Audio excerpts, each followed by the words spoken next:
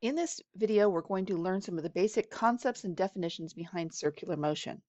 You're going to be able to identify the direction of both the centripetal force and centripetal acceleration for an object, identify what force is causing the circular motion, and you'll be able to calculate the magnitude of centripetal acceleration and centripetal force. So when we have objects moving in a circle, they're moving with a linear velocity. That means they have a distance over time. So even though they're moving in a circle, we call it a linear velocity, and then we give it a special name because of our circular motion, and we often call this tangential velocity, since the direction of this linear velocity is tangent to the circle. That means that it is a line that only touches our curve at one point. So velocity is a vector. That means it has magnitude, that's the size or amount, and direction. Acceleration is a change in velocity. That means something could be speeding up, slowing down, or changing direction.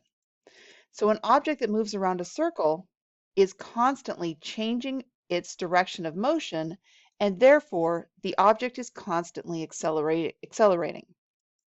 Now the acceleration of an object moving in a circle always points directly towards the center of the circle. And therefore we call it a centripetal or center pointing acceleration. So when you have an object moving in a circle like this, the direction of acceleration is always, no matter where it is, pointed towards the center of the circle, nowhere else, towards the center of the circle. Now, when we have objects moving in circular motion in this class, we're going to be calling that uniform circular motion. The speed of a particle in uniform circular motion is constant, but its velocity is not. The velocity is constantly changing because the direction is changing. That means it's accelerating. It's always accelerating because that direction is changing. And this is the equation that we use for acceleration when something's moving in a circle, or a centripetal acceleration. And sometimes you will see a little c put down here by the a, just to differentiate it from your linear acceleration. So what this is our tangential velocity squared divided by the radius of the circle. So here's our radius. This is our tangential velocity, and it's squared, and this is going to be our centripetal acceleration. So Newton's second law says that if an object is accelerating, there must be a net force on it. So for an object that's moving in a circle, this is going to be called the centripetal or center pointing force. The centripetal force points towards the center of the circle. So many of you have probably been on a ride similar to this at a carnival, and the force that's pushing on you as you go on one of these rides is always going to be pointing towards the center of the circle. When this girl is being swung in a circle, there's several different forces applied to her, but the overall net force is going to be keeping her moving in a circle, and it's always going to point towards the center of the circle. So in order to make an object revolve about an axis, that's the center of the circle, the net force on the object must push or pull it towards the center of the circle. And this force, again, is called a centripetal or center-seeking force. But this is not a new kind of force. It is one of the forces that we already know. It's just that it's acting to point towards the center of the circle. So in this case, the force that's pointing them towards the center of the circle is going to be the support force from the surface. That would be the normal force. This is going to be a combination of tension and weight force. But it's always going to be one or more of the forces we already know. It's not a new force.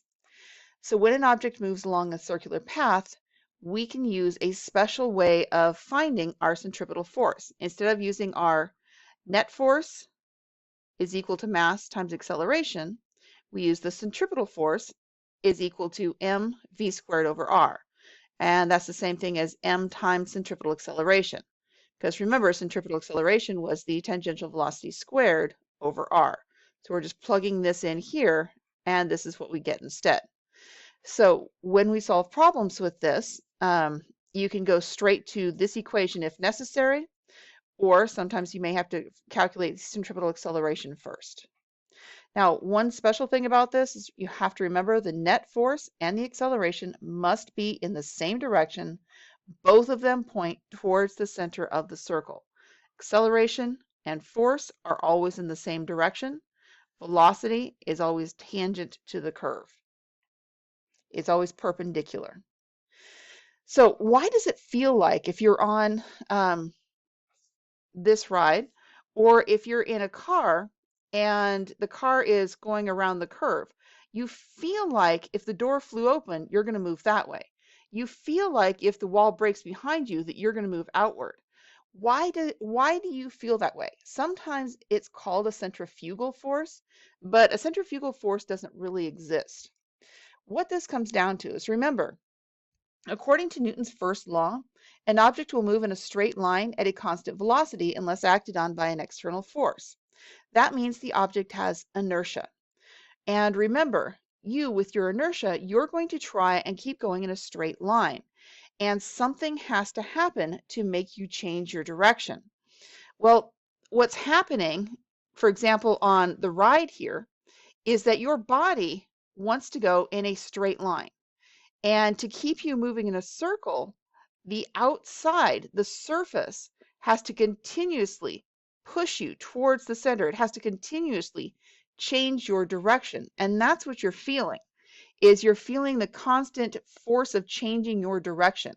You would not go flying off backwards if the back failed. You would be going in a straight line tangent to the curve. So the same thing when you're in the car. You're going in a straight line tangent to the curve. The car is changing direction underneath you.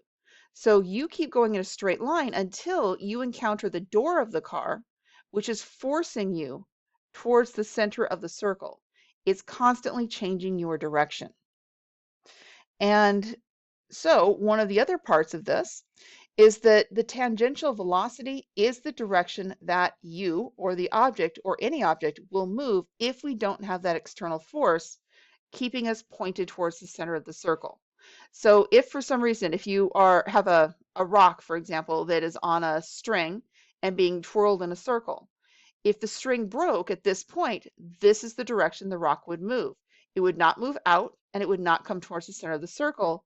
It would keep going in a straight line that is tangent to the curve.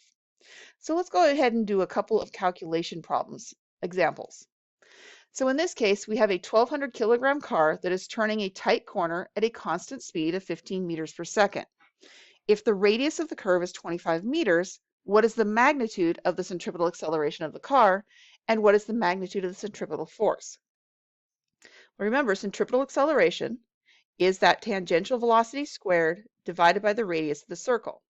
So that would be our 15 meters per second, and we're going to square that, and then we're going to divide that by the 25 meters. So that's going to be 225 meters squared per second squared divided by 25 meters, and that's going to give us 9 meters per second squared. So this is the magnitude of the centripetal acceleration. Now, if we want to find the centripetal force, we could just do the centripetal force is the mass times the centripetal acceleration. So I could just take the number I found and multiply it by the mass of the car. Or we could use the centripetal force is the mass times the tangential velocity squared divided by the radius. And we could do the entire problem. So let's do that one real quick. So it would be 1,200 kilograms times our 15 meters per second squared divided by the radius of 25 meters. And either way I do this, I'm going to get the same number. So that's going to be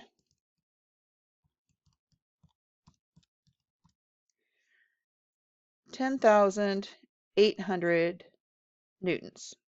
So that is the force required to keep our car moving towards the center. Now, which force is it that's causing our car to move around this curve? Which force is it that's pointing towards the center? Well, it's actually going to be friction, because the friction on the tires are what's keeping it from sliding outward, sliding forward. So this is going to be a friction force that's going to be keeping it moving towards the center of the circle. All right, let's try this problem. A 65-kilogram rider on an amusement park ride known as the rotor spins inside a giant cylinder of radius 2.5 meters at a constant speed of 8.6 meters per second. What is the magnitude of the centripetal acceleration of the rider, and what is the magnitude of the centripetal force of the rider? Well, centripetal acceleration is the tangential velocity squared divided by the radius. So that's going to be our 8.6 meters per second.